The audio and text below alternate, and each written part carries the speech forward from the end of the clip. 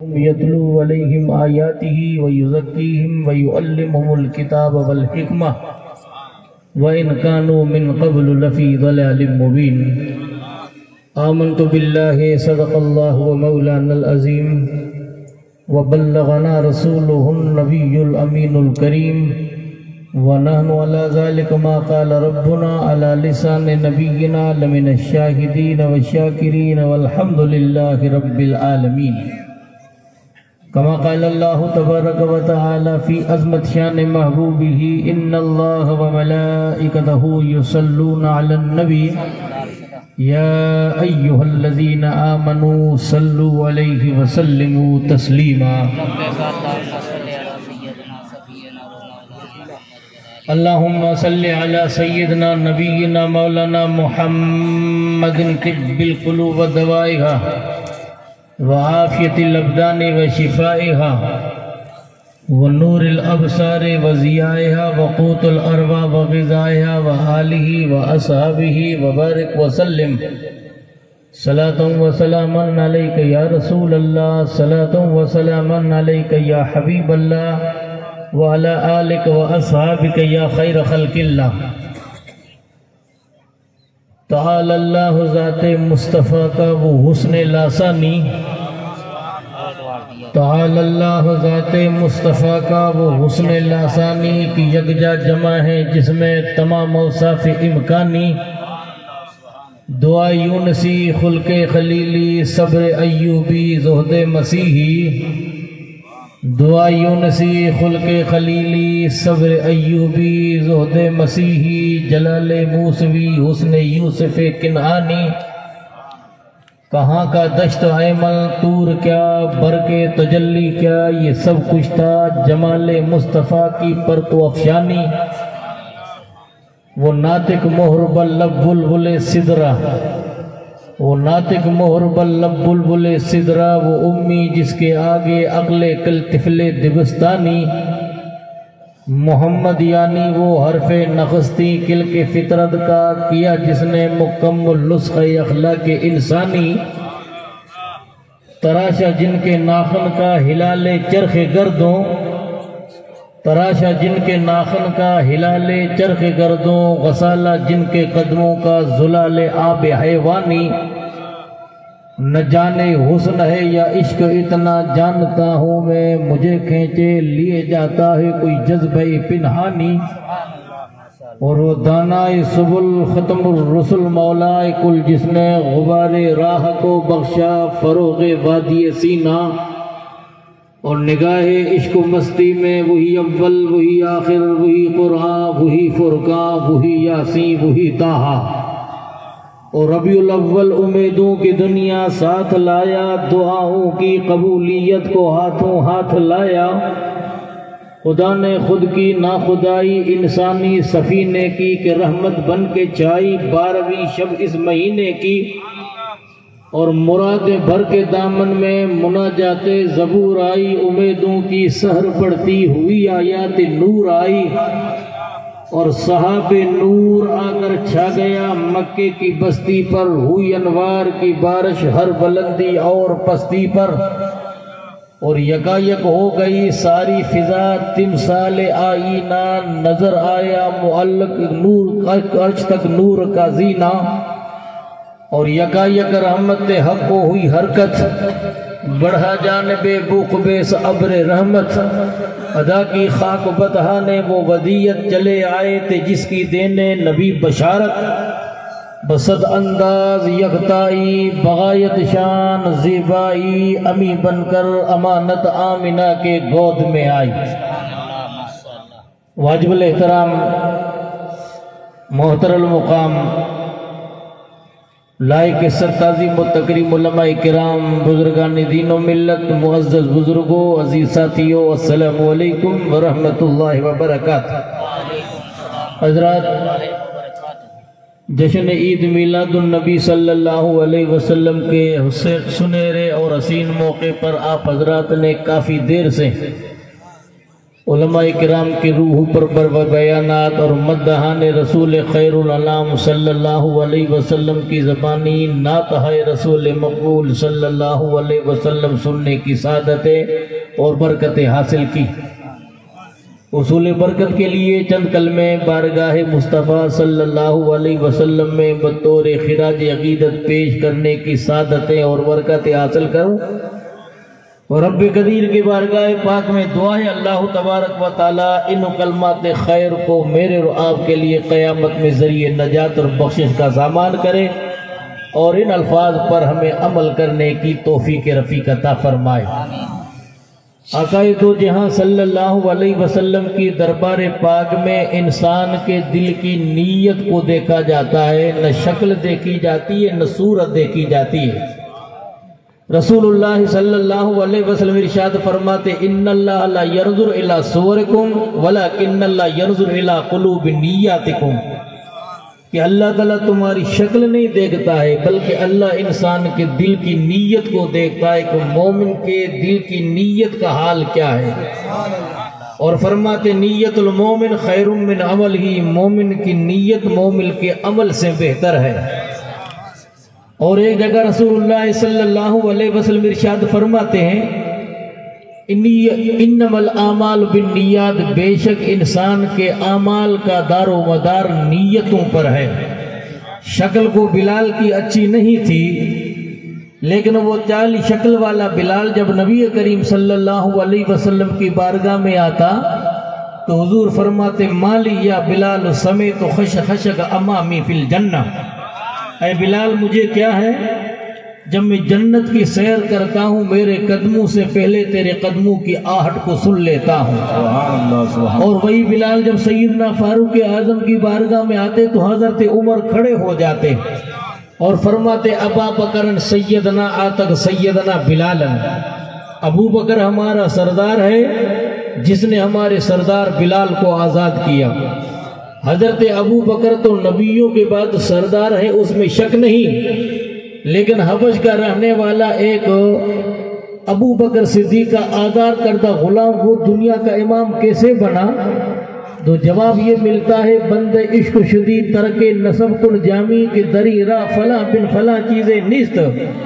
اے جامی اگر خدا کا بندہ بننا ہے، اگر نبی کا وفادار بننا ہے تو اس راہ کے اندر تو نسب کو چھوڑ دے، میں فلاں ہوں، فلاں کا بیٹا ہوں، فلاں کا پوتا ہوں، اتنا مال ہے، اتنی ملکیت ہے کہ ان ساری چیزوں کو چھوڑ کر تو عشق نبی کا غلام بن جا، دنیا کا امام بن جائے گا۔ اور آگے یوں فرماتے ہیں بصدق و صفا گشت بیچار جامی غلام غلامان آل محمد، صدق و صفا کے ساتھ جامی بیچارہ غلام بن گیا۔ کن کا غلام؟ کہ آل نبی کا نہیں، نبی کے آل کے جو غلام میں ان کا میں غلام ہوں۔ جب عشق مصطفیٰ کا کوئی غلام بن جاتا ہے تو رب کی قسم امام بن جاتا ہے۔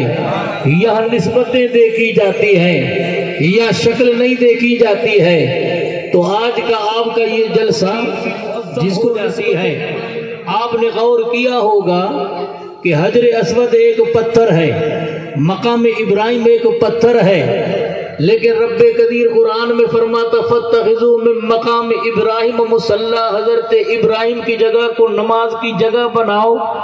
جو حال ہی میں ہو گیا ان سے پوچھو کہ حضرت ابراہیم علیہ السلام کا جہاں قدم میں اس کو مقام ابراہیم کہتے ہیں۔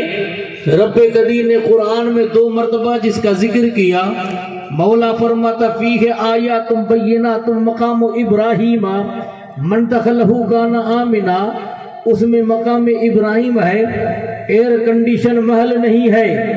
جس پتھر پہ کھڑے ہو کر خدا کے پیغمبر نے کعبے کو تعمیر کیا تھا اور وہ پتھر بڑھتا گیا، اس پتھر پر حضرت ابراہیم کے دونوں نشان قدم ثبت ہو گئے۔ 125 سال کی عمر حضرت ابراہیم کی، زیادہ عرصہ انہوں نے ملک شام میں گزارا تھا، لیکن ملک شام میں آپ کے دونوں قدموں کے نشان سلامت نہ رہے۔ صحن کعبہ میں اللہ نے ان کے قدموں کے نشان کو سلامت رکھا۔ اس کی وجہ علماء کرام نے لکھی ہے، مدتوں پہلے خدا کے پیغمبر حضرت آدم نے جب کعبے کو تعمیر کیا تھا، ملک جبریل آئے، حضرت آدم کے سامنے نقشہ پیش کیا۔ حضرت آدم علیہ السلام کے بعد آدم ثانی جب حضرت نوح علیہ السلام آئے، ان کی قوم نے نبی کی نافرمانی کی تو اللہ کے پیغمبر کے ہاتھ بد دعا کے لیے اٹھ جاتے ہیں۔ حضرت نوح علیہ السلام کی بد دعا طوفان کی شکل میں آتی ہے، دنیا صفحے ہستی سے مٹ جاتی ہے۔ طوفان نوح کے وقت میں کعبہ بلند ہو گیا، اس کی جگہ سلامت رہی۔ اب حضرت ابراہیم کا دور پاک آیا، اللہ نے ان کو بابل میں بھیجا۔ بابل میں حکومت نمرود کی، وہ ظالم بادشاہ خدائی کا دعویٰ کرتا ہے، آپس میں مناظرہ ہوتا ہے اور اللہ کے پیغمبر کو رب کی طرف سے فتح ہوتی ہے۔ 3 انسانوں کو لے کر خدا کا پیغمبر چلا، ایک ان کے سگے بھتیجے حضرت لوط ہیں، ایک ان کی شریک حیات حضرت سارہ ہیں، بیچ میں ملک مصر آتا ہے، ظالم بادشاہ کے چنگل سے آزاد ہوتے ہیں، حضرت ہاجرہ خدمت میں ملتی ہے، سفر کر کے ملک شام پہنچے۔ اللہ کے پیغمبر حضرت ابراہیم علیہ السلام کی 80 سال عمر ہو چکی ہے، ابھی حضرت ابراہیم علیہ السلام کی اولاد نہیں۔ حضرت سارہ نے یہ کہا کہ ہاجرہ کو آزاد کر دو، اس سے رشتہ کر لو، اس کے بطن سے اولاد پیدا ہو سکتی ہے۔ دوسرے سال حضرت ہاجرہ کے بطن سے اسماعیل پیدا ہوئے، جن کے پیشانی کے اندر محمد مصطفیٰ کا نور جلوہ گر ہے، جن کی پیشانی اندھیرے میں اجالے کے طرح چمکتی تھی۔ کیوں؟ جن کی پیشانی میں نور مصطفیٰ جلوہ گر ہے۔ اللہ ان کی پشتوں کی قرآن میں قسم بیان کرتا ہے، رب فرماتا اللہ اقسم بہذا البلد، او پروردگار تو اس سرزمین کی قسم کیوں بیان کرتا ہے؟ کیا مولا نے اس لیے قسم بیان کی وہاں مکہ ہے کا نہیں؟ کیا اس لیے رب نے قسم بیان کی کہ وہاں مطاف کا نہیں؟ کیا اس لیے مولا نے قسم بیان کی وہاں مطاف و منا ہے کا نہیں؟ کیا اس لیے مولا نے قسم بیان کی کہ عرفات کی پر پہاڑ پہاڑیاں ہیں کا نہیں؟ پھر مولا نے قسم بیان کیوں کی؟ رب فرماتا اللہ اقسم بہذا البلد، مجھے اس سرزمین کی قسم میں مولا کیوں؟ وانت حل بہذا البلد، میرا نبی جب خرام ناس مکے کی گلیوں میں چلے اور تلوے پاک مصطفیٰ سرزمین مکہ کے بوسے لے لے تو مولا اس سرزمین کی قرآن میں قسم بیان کرتا ہے، کھائی قرآن نے خاک گزر کی قسم، اس کفے پاکی حرمت پہ لاکھوں سلام، مضمون بند نہیں ہے۔ مولا فرماتا ووالد وما ولد، حضرت آدم سے لے کر حضرت عبداللہ تک جن پشتوں میں نور مصطفیٰ ہے، مولا ان کی قسم بیان کرتا ہے۔ وما ولد، پیدا ہونے والے محمد کی قسم، رب کی قسم، کائنات میں ایسا حسین آیا نہیں، کائنات میں ایسا جمیل آیا نہیں۔ بابا ہے کوئی آمنہ کے لال کی مثال، ہے کوئی مصطفیٰ کا جواب، تو شاہ خوبا، تو جانے جانا، ہے چہرہ ام الکتاب تیرا، نہ بن سکی ہے نہ بن سکے گا، مثال تیری جواب تیرا۔ ہاں ہاں، اس کے بارے میں امام اہل سنت فرمائے، سرور کہوں کہ مالک و مولا کہوں تجھے، باغ خلیل کا گل زیبا کہوں تجھے، اللہ رے تیرے حسن منور کی تابشیں، حیران ہوں میرے شاہ کیا کیا کہوں تجھے، لیکن رضا نے سخن اس پہ ختم کر دیا، خالق کا بندہ خلق کا آقا کہوں تجھے۔ نبی کی عظمتیں کیا ہیں، نبی کی شان کیا ہے، ہم خدا سے پوچھیں رب کی عظمت کو جانے کیسے، مولا کی کبریائی کو پہچانے کیسے، مولا کی صفاتوں کو بھانپے کیسے، تو کہنے والا یہ کہتا ہے خدا کی عظمتیں کیا ہے محمد مصطفیٰ جانے، مقام مصطفیٰ کیا ہے محمد کا خدا جانے۔ کہا جبریل نے سدرہ تلک میرا، کہا سدرہ تک، کہا جبریل نے سدرہ تلک میری رسائی ہے، کتنی منزلیں آگے خدا نبی جانے، خدا جانے کہ اللہ اپنے محبوب کی عظمت کو جانتا ہے، نبی خدا کی عظمتوں کو جانتے ہیں۔ مولا تیری عظمتوں کو پہچانے کے لیے کوئی سبب ہے؟ رب فرماتا ہاں، میں نے اپنا برہان مصطفیٰ کی شکل میں بھیجا۔ برہان کس کو کہتے ہیں؟ دلیل کو کہتے ہیں۔ وہ کیسا برہان ہے؟ رب کی قسم، جس کا چہرہ بھی برہان ہے، جس کی زلفیں بھی برہان ہے کلام الہی میں شمس دعا، تیرا چہرہ سبحان اللہ سبحان اللہ قسم شب تار میں راضی ہے حبیب کی زلف دوتا کی قسم وہ مرتبہ رب نے تجھ کو دیا نہ کسی کو ملے نہ کسی کو ملا کہ کلام مجید نے کھائی شہا تیرے شہر و کلام و بقا کی قسم تیری خلق کو حق نے عظیم کہا تیری خلق کو حق نے جمیل کیا کوئی تجھ سا ہوا ہے نہ ہوگا شہا تیرے خالق کے حسن و ادا کی قسم رب کی قسم کائنات میں مصطفیٰ جیسا کوئی آیا نہیں ان سا حسین کوئی آیا نہیں ان سا جمیل کوئی آیا نہیں میں کیا تعریف کر سکتا ہوں حضور کے خادم حضرت حسان سے پوچھو فرماتے وَأَجْمَلْ مِنْ قَلَمْ تَرْكَتُ عَيْنِي وَأَكْمَلْ مِنْ قَلَمْ تَرْكُ النِّسَاءُ سرکار آپ جیسا جمیل میری آنکھوں نے دیکھا نہیں آپ جیسا کامل کسی عورت نے جنا نہیں مادر گیتی نزادہ ہم تو فرزند دیگر دیدے عالم دیدہ ہم تو حسن لقا کہ میری آنکھ نے آپ جیسا حسین دیکھا نہیں کسی ماں نے آپ جیسا کامل جنا نہیں حضرت حسان سے کوئی پوچھئے اے حسان تو نے 10 سال مصطفیٰ کو دیکھا تھا مدنی زندگی میں تم نے مصطفیٰ کو دیکھا تھا اور تمہاری عمر تو 60-70 سال ہے اور تم یہ دعویٰ کرتے ہو آپ جیسا حسین میں نے دیکھا نہیں آپ جیسا کامل کسی ماں نے جنا نہیں حضرت حسان کہتے ہیں یہ میری نظر نہیں ہے جب ثنائے مصطفیٰ کے لیے میری زبان کھلتی تھی اور محبوب خدا کے سامنے میں ان کی تعریف کیا کرتا تھا ممبر بچھایا جاتا تھا ممبر نور پر میں چڑھتا تھا محبوب خدا بیٹھے رہتے تھے آمنہ کے لال کا چاند جیسا چہرہ تھا محبوب خدا کی میں تعریف کر رہا ہوں حضور کے لبہائے کھلتے ہیں اور ہاتھ اٹھا کر فرماتے اللہم اید بروح القدس اے اللہ حضرت حسان کو جبریل کے ذریعے مدد پہنچا اب حضرت حسان کی زبان نہیں ہے زبان حسان کی ہے اس میں قدرت جبریل کی ہے اب جبریل نے مصطفیٰ سے پہلے بھی نبیوں کو دیکھا تھا جب محبوب خدا کی بارگاہ میں جبریل پہنچا حضور نے فرما جبریل بتا تو صحیح مجھ جیسا حسین تو نے کسی کو پایا مجھ جیسا جمیل کسی کو پایا تو جبریل یہ کہتے ہیں قلم تو مشارق الارض و مغاربها فواللہ ما رأیت احدا مثلک سرکار آج کی بات نہیں مشرق و مغرب کو میں نے الٹ پلٹ کے دیکھا جنوب و شمال کو میں نے پلٹ کے دیکھا میں نے حضرت آدم کو وادی عرفات میں روتے ہوئے دیکھا حضرت یوسف علیہ السلام کو مصر کی قید میں روتے ہوئے دیکھا حضرت ابراہیم کو دعائیں کرتے دیکھا خلیل اللہ نے جس کے لیے حق سے دعائیں کی ذبیح اللہ نے وقت صبح جس کی التجائے کی وہ بن کر روشنی پھر دیدہ یعقوب میں آیا جسے یوسف نے اپنے حسن کے نئے رنگ میں پایا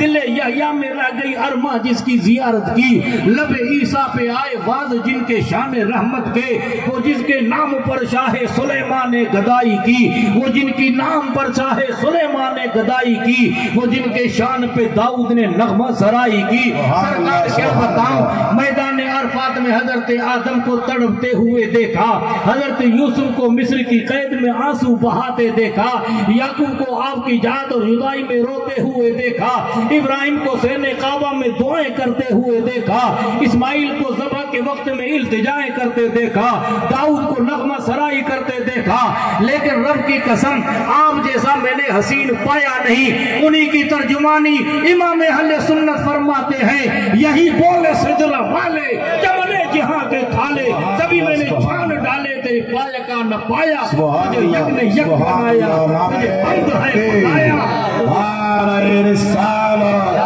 فیضان محمودی جشن عید میلاد صلی النبی صلی اللہ علیہ وسلم صلاۃ و سلام علیک یا رسول اللہ خدا کے پیغمبر ابراہیم علیہ السلام کو حکم ربی ہوتا ہے کہ کعبہ کو تعمیر کر اللہ کے پیغمبر نے کعبے کو تعمیر کیا جس کا ذکر قرآن میں اب میں تفصیل میں نہیں جاتا وقت میرے پاس تنگ ہے اس لیے میں اشارہ کر کے گزر جاتا ہوں رب فرماتا اذ یرفع ابراہیم القواعد من البیت و اسماعیل ربنا تقبل منا انک انت السمیع العلیم وارنا مناسکنا وتب علینا انک انت التواب الرحیم ربنا وابعث فیہم رسولا من یتلو علیہم آیاتہ حضرت ابراہیم نے رب کی بارگاہ میں دعا کہ جب کعبہ تعمیر ہو چکا عرض کرتا ہے مولا ایک مزدور کو جب مزدوری پوری کر لے تو کیا حق ہے مالک کا کہ مالک اس کی مزدوری کا حق ادا کر دے. مولا میں نے کعبے کو بنایا، اسماعیل ساتھ میں ہیں، ابراہیم کعبے کو بنا رہے ہیں. رب نے فرمایا ابراہیم مانگ. اب خدا کے پیغمبر ابراہیم نے کیا مانگا؟ توجہ میری طرف. ابراہیم علیہ السلام نے رب سے کیا مانگا؟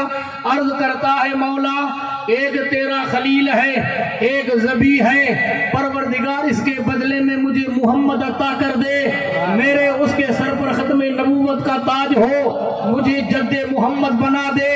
تاریخ یہ بیان کرتی ہے، مفسرین بیان کرتے ہیں، جس پتھر پر کھڑے ہو کر خدا کا پیغمبر دعا کرتا ہے، اللہ نے اس پتھر پر ابراہیم علیہ السلام کے نشانوں کو ثبت رکھ دیا. یہ تو ابراہیم علیہ السلام ہے، اور ابراہیم کی سنت کو ادا کرتے ہوئے میرے آپ کے مرشد نے آج سے 34-35 سال پہلے سرزمین میڑا میں قدم رکھا تھا. صدیاں گزر رہی، ابھی تک ان کا قدم نشان ثبت علامت ہے. خدا کا پیغمبر ابراہیم علیہ السلام صحن کعبہ میں قدم رکھتا ہے، اس پتھر پر ابھی تک نشان علامت ہے. کیوں؟ رب نے فرمایا ابراہیم جس پتھر پر کھڑے ہو کر تو نے مصطفیٰ کا میلاد پڑھا تھا، مصطفیٰ کا میلاد بھی سلامت، ابراہیم کا قدم بھی سلامت. یکا یک رحمت حق کو ہوئی حرکت، پڑھا جانے پہ وقوع سے ابر رحمت، ادا کی خاک بتانے وہ ودیت، چلے آئے تھے جس کی دینے نبی بشارت. اس پتھر کا مقام اتنا بلند ہو گیا کہ آج تک بندوں کو حکم ہے کہ ہر طواف کے بعد جہاں تمہیں جگہ ملے نماز پڑھ جاؤ، پڑھو، لیکن رب فرماتا فاتخذوا من مقام ابراہیم مصلی. حضرت ابراہیم علیہ السلام کے نماز کی قدموں کی جگہ کو نماز کی جگہ بناؤ. ہے تو پتھر نا. اسی کے ساتھ انسان جب حرم طیبہ میں پہنچتا ہے، عمرے کا طواف ہو یا حج کا طواف ہو، پہلے 3 چکروں میں رمل کرتا ہے نا. ابھی میرے عزیز قاری عارف صاحب نے، مولانا حمید اللہ صاحب نے بتایا، قاری عارف اپنے انداز میں مجھے رمل اور اپنے طواف کی حقیقت کو بتایا. اس کندھے کو کھلا کرنا پڑتا ہے اور چادر کو نیچے نکالنا پڑتا ہے. حجر اسود کے سامنے انسان کھڑا ہو جاتا ہے، بسم اللہ والسلام علی رسول اللہ، اس طرح کر کے اس طرف میں انسان پہلے 3 چکروں میں کندھے ہلا ہلا کے طواف کرتا ہے. رب فرماتا اللہ تمشی فی الارض مرحا، زمین میں سینہ تان کے مت چل، تو زمین میں آسمان میں نہیں پہنچے گا، پہاڑوں کی بلندی کو نہیں چھوئے گا. رب کا فرمان ہے کہ اللہ کے بندے زمین اطمینان سے چلتے ہیں.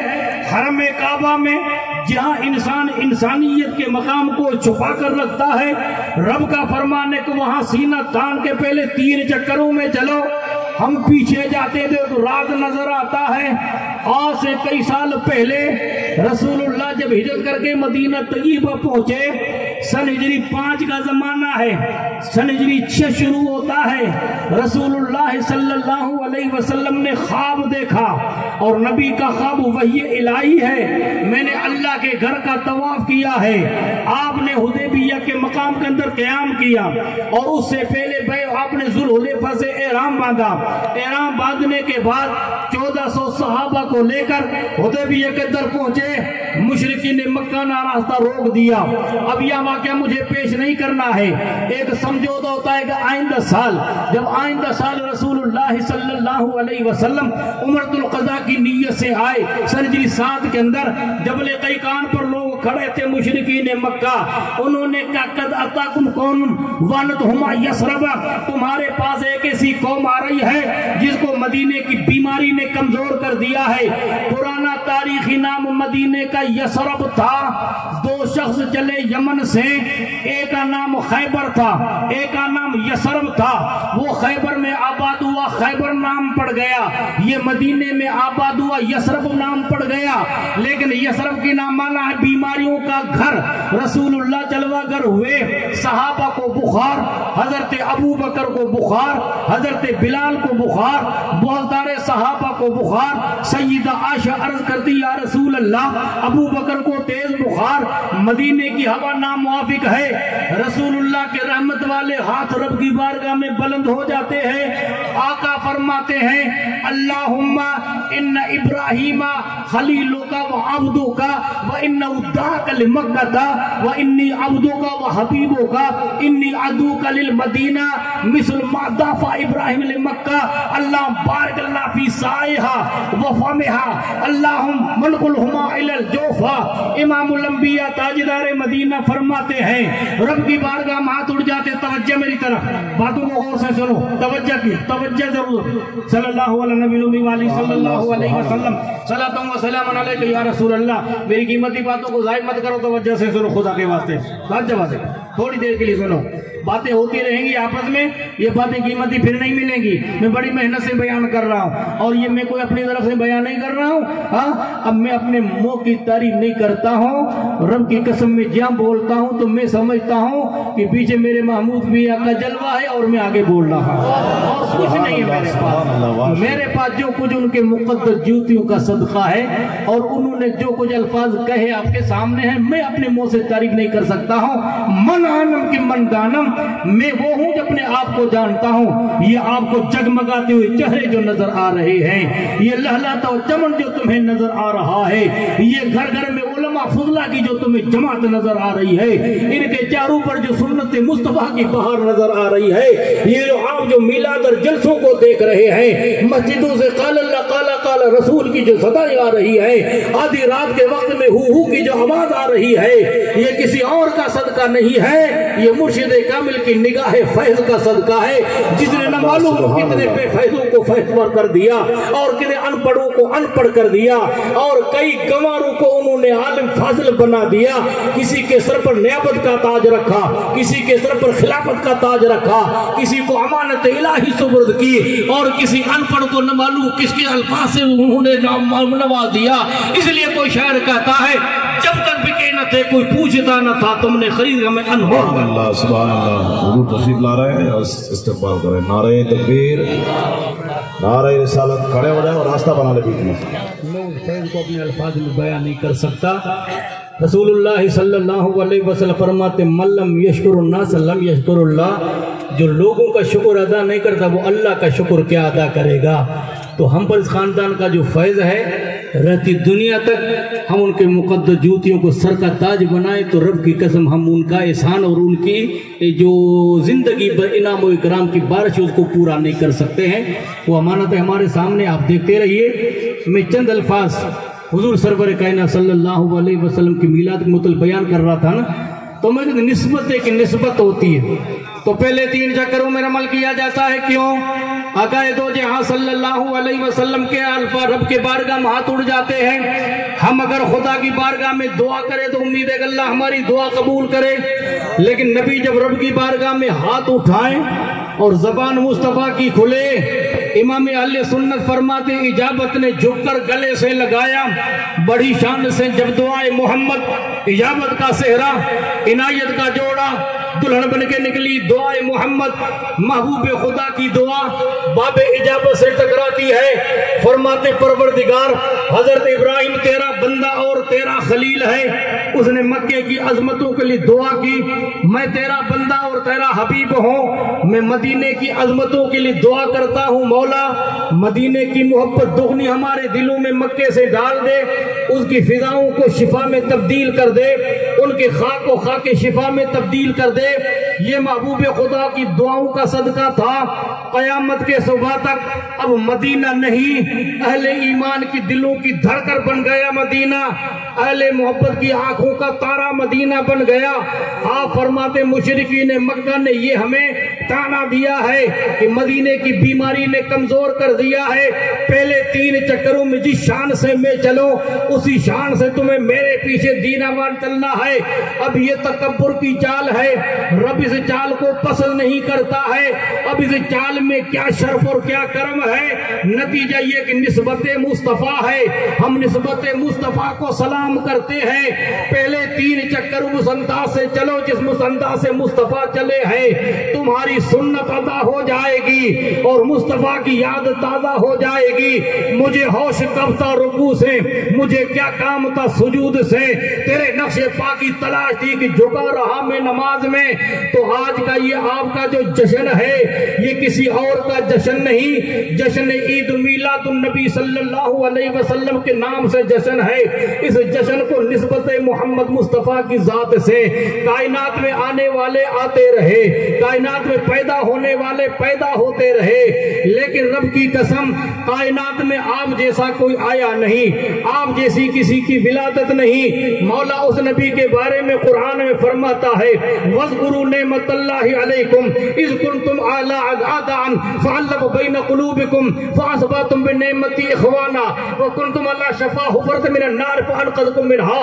رب فرماتا لوگو میری اس نعمت کو یاد کرو۔ حضرت عبداللہ بن عباس رئیس المفسرین ہیں، ترجمان القرآن ہیں، حبر امت ہیں، رسول اللہ کے صحابی ہیں، آپ کے صحابی کے بیٹے ہیں، بلکہ آپ کے چچا زاد بھائی ہیں۔ کسی نے پوچھا کہ عبداللہ بن عباس نعمت کا مطلب کیا؟ تو فرماتے اے محمد صلی اللہ علیہ وسلم، رب فرماتا لوگو میری نعمت کو یاد کرو۔ اور نعمت کو انسان یاد کس طرح کرتا ہے؟ مسجد میں بیٹھ کر قرآن بھی پڑھ کے نعمت کو یاد کر سکتا ہے، گھر بیٹھ کر شکرانے کے نفل پڑھ سکتا ہے، لیکن اس کے 2 طریقے ہیں۔ ایک طریقہ یہ ہے کہ ذکر و فکر کی شکل میں نعمت کو یاد کرے، اور دوسرا مطلب یہ ہے کہ نعمت کا چرچا کرے۔ تو رب فرماتا فَاذْكُرُوا نِعْمَةَ اللَّهِ عَلَيْكُمْ، اللہ کی نعمت کو یاد کرو۔ اس سے پہلے تم ایک دوسرے کے دشمن تھے، جب وہ کائنات میں آیا اس کے آنے سے ایک دوسرے کے بھائی بھائی بن گئے۔ تمہاری نفرت محبت میں تبدیل ہو جاتی ہے، خون کے رشتے ایمان میں تبدیل ہو جاتے ہیں، اندھیرے اجالے میں تبدیل ہو جاتے ہیں، نفرت محبت میں تبدیل ہو جاتی ہے، آئین باطل کے اندر تہلکہ مچ جاتا ہے، غلامی کی زنجیریں ٹوٹ جاتی ہیں، کائنات میں بہار آتی ہے، ان کے آنے سے ظلم عدل میں تبدیل ہو جاتا ہے، جہالت علم میں تبدیل ہو جاتی ہے، اندھیرا اجالے میں تبدیل ہو جاتا ہے۔ رب کی قسم کائنات میں بہار آ جاتی ہے، چاروں کے عالم میں یہ شمع برپا ہو جاتا ہے۔ جہاں تاریخ تھا ظلمت کا دھاتا سخت کالا تھا، کوئی پردے سے کیا نکلا کہ گھر گھر میں اجالا تھا۔ وہ رحمت والا پیغمبر جب رب کی طرف سے رحمت کی گھٹا بن کر آیا تو ہر چھوٹے بڑے کے زبان پر الفاظ جاری تھے، طلع البدر علینا من ثنیات الوداع وجب الشکر علینا ما دعا للہ دائی ایھا المبعوث فینا جئت بالامر المطاع انت شرفت المدینہ مرحبا یا خیر دائی۔ او آنے والا تو کتنا متبرک ہے، تیرے آنے سے کائنات میں بہار آ جاتی ہے، غمخوار بھائی ایک دوسرے کے بھائی بھائی بن جاتے ہیں۔ محمد مصطفیٰ صلی اللہ علیہ وسلم کا وہ دن مبارک ہے، اس دن کو ہم عید کہتے ہیں۔ عید کو عید کی طرح منانا چاہیے کہ نہیں؟ آج سے پہلے ہم 2000 سال 2200 سال مطالعہ کرتے ہیں، قوم عیسائیت پر ایک دسترخوان اترا تھا جس کا ذکر قرآن میں اللہ کے پیغمبر نے رب کی بارگاہ میں عرض کی تھی، ربنا انزل علینا مائدۃ من السماء تکون عیدا لنا لأولنا وآخرنا وآیۃ منک وارزقنا انت خیر الرازقین۔ اے پروردگار آسمان سے ہم پر دسترخوان اتار جو ہمارے اگلے پچھلوں کے لیے عید بن جائے۔ حضرت عیسیٰ کی دعا باب اجابت سے ٹکراتی ہے، جنتی دسترخوان اترتا ہے جس میں طعام ہوتا ہے، پکی پکائی مچھلیاں ہوتی ہے، سبزی ہوتی ہے، روٹیاں ہوتی ہے۔ عالم عیسائیت 2200 سال کا عرصہ گزر جانے کے بعد اتوار کو عید کی طرح مناتی ہے۔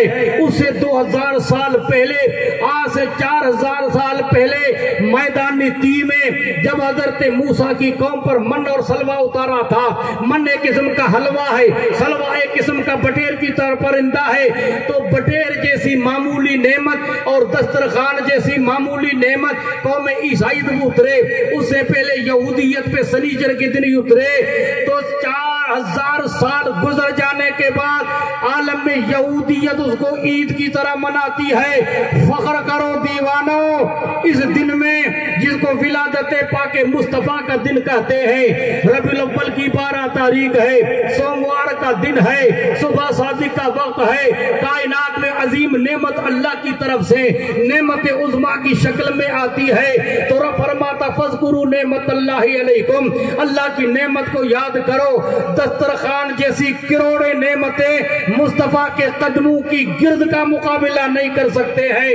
دیوانوں اس دن میں مصطفیٰ آئے تو اس دن کو عید کی طرح منانا چاہیے کہ نہیں؟ اس لیے رب کا حکم ہے اما بنعمت ربک فحدث، اپنے رب کی نعمتوں کا خوب چرچا کرو۔ امام الانبیاء تاجدار مدینہ کے یہاں انسان کے دلوں کی دھڑکنوں کو دیکھا جاتا ہے۔ میں نے آپ سے عرض کیا شاہ ولی اللہ محدث دہلوی رحمت اللہ علیہ کے والد محترم حضرت شاہ عبد الرحیم رحمت و رضوان فاروق کی نسل ہیں، وہ بیان کرتے ہر سال میلاد النبی کے مہینے میں ولادت کے موقع پر میں بڑے اہتمام سے اہتمام کرتا تھا اور میں مسکینوں کو محتاجوں کو محلے والوں کو کھلاتا تھا۔ اتفاق ایسا ہوا میں بیمار پڑ گیا اور میں مسکین پڑ گیا، میرے پاس کچھ نہیں تھا، میں رات کو بات لینا خواستہ سوتا ہوں اور ایک سیر چنے محبوب خدا کی بارگاہ طور نظر پیش کرتا ہوں۔ رات کا وقت ہے، آدھی رات کا وقت ہے، پچھلا پہر ہے، بھینی بھینی خوشبو سے گلیاں معطر ہو جاتی ہے، گربوں کا نور بن جاتا ہے۔ میں نے اپنے دروازے کی آہٹ سنی، میں نے دیکھا کہ دروازے کی اور سے 14ویں کا چاند مصطفیٰ کی شکل میں نکلا۔ میں بیمار تھا، کھڑا نہیں ہو سکا۔ حضور نے فرمایا یا بنی کیف حالک، بیٹے کیا حال ہے؟ حالانکہ اب سید نہیں ہے، اب فاروق النسل ہے۔ مصطفیٰ نے بیٹا کہا کہ کیا حال ہے؟ سرکار میں بیمار ہوں، دست شفقت پھیرتے ہیں تو بیماری چلی جاتی ہے، جو خیال آیا تو خواب میں وہ جمال اپنا دکھا گئے، یہ مہک لاگتی لباس میں کہ مکان سارا بسا گئے، گلیاں معطر ہو جاتی ہیں، لقمہ کی بیماری ختم ہو جاتی ہے، گھر کا نور بن جاتا ہے۔ میں نے دل میں خیال کیا کہ 2 بال مبارک مجھے عطا کر دیں۔ آپ اپنا دست مبارک داڑھی پہ پھیرتے ہیں، 2 بوئے مبارک عطا کرتے ہیں، میں نے تکیہ کے نیچے رکھے۔ حضور مسکرا کر فرما رہے ہیں اے عبد الرحیم، تم نے جو میری بارگاہ میں ایک سیر جب بھیجے تھے میرے پاس وہ قبول ہو چکے ہیں۔ میں نے محبوب خدا کے خواب کو محل میں دیکھا تو میں نے دیکھا مالداروں کے تام سے پہلے میرے رب کی قسم ایک سیر جب حضور کے پاس میں پڑے ہیں اور حضور دیکھ کر مسکرا رہے ہیں۔ صبح کا وقت ہوا، بیماری ختم، میں نے دیکھا کہ بال نہیں ہے، میں نے دل میں خیال کیا، غنودگی چھا جاتی ہے، کانوں میں ندا آتی ہے کہ بیٹے تکیے کے نیچے تو نے بال رکھ دیے ہیں۔ میں نے تکیہ اٹھایا تو منہ مبارک اس کے نیچے ہے۔ ایک بدعقیدہ کا تھا مصطفیٰ کے بال نہیں ہیں، میں نے کہا اس کا میں ثبوت میں دیتا ہوں، میں دھوپ میں لے جاتا ہوں، بالوں بار بادلوں کا سایہ ہوتا ہے۔ میں نے کہا مصطفیٰ کے بال نہ ہوتے تو بادلوں کا سایہ کیسے ہوتا؟ اس نبی رحمت کے بارے میں مولا فرماتا ہو الذی بعث فی الامیین رسولا، رب کی رحمتوں کو، رب کی عظمتوں کو، خدا کی صفاتوں کو، اللہ کی عظمت و شان کو پہچانا ہے تو مصطفیٰ کو پہچانو۔ میں نے عرض کیا نا خدا کی عظمتیں کیا ہیں محمد مصطفیٰ جانے، مقام مصطفیٰ کیا ہے محمد کا خدا جانے، محمد وہ سر وحدت ہیں کوئی رمز ان کی کیا جانے، شریعت میں وہ بندہ حقیقت میں خدا جانے۔ میں عرض کر رہا تھا رب فرماتا مجھے پہچانا ہے تو میرے محبوب کو دیکھو، کیوں کائنات میں ایسا آیا نہیں، کیوں آتا؟ رب قدیر نے اپنے محبوب کو عظیم نعمت کی شکل میں پیدا کیا۔ او کسی نے اپنے گرو کی، اپنے رہبر کی اس طرح تعریف نہ لکھی جس طرح صحابہ نے مصطفیٰ کی سیرت کو بیان کیا ہے۔ بیان کرنے والے یہ بیان کرتے ہیں کسی کی سیرت میں نقص ہو سکتا ہے، کسی کا بچپنا داغ والا ہے، کسی کی جوانی داغ والی ہے، کسی کا بڑھاپا داغ والا ہے، لیکن آمنہ کے لال کی سیرت کا مطالعہ کریں، بچپن بھی بے مثال ہے، جوانی بھی بے مثال ہے، کہولت بھی بے مثال ہے، ان کی رفتار بھی بے مثال ہے، ان کی گفتار بھی بے مثال ہے۔ کیسا پیغمبر ہے؟ کوئی یوں بیان کرتا ہے ابے بابل پیاری فاطمہ دا، جگر دل بند مائی آمنہ دا، زلیخا اوس مجھے دیکھ لی دی نہ پیچھے یوسف شامی دے پی دی۔ سیدہ عائشہ صدیقہ عرض کرتی یا رسول اللہ صلی اللہ علیہ وسلم، حضرت یوسف کو قدرت نے حسن دیا تھا، ان کے حسن پر مصر کی عورت کی انگلیاں کٹ جاتی ہے، آپ کے لیے ایسا نہیں ہے۔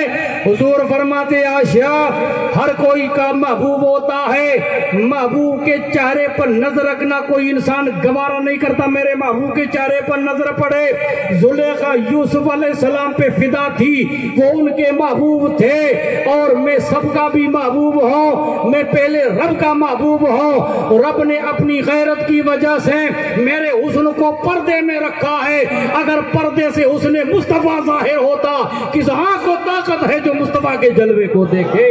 حجر کے روپ میں یاقوت کو حجر نہ کہو، بشر کے بیس میں ناقل بشر کی بات کرو، سمجھ نہ سکے جو ایکم مثلی کے اسرار کو، کم نظر ہے کسی دیدہ پر کی بات کرو، نہ تخت و تاج نہ سیم و گوہر کی بات کرو، خیر چاہو تو خیر البشر کی بات کرو۔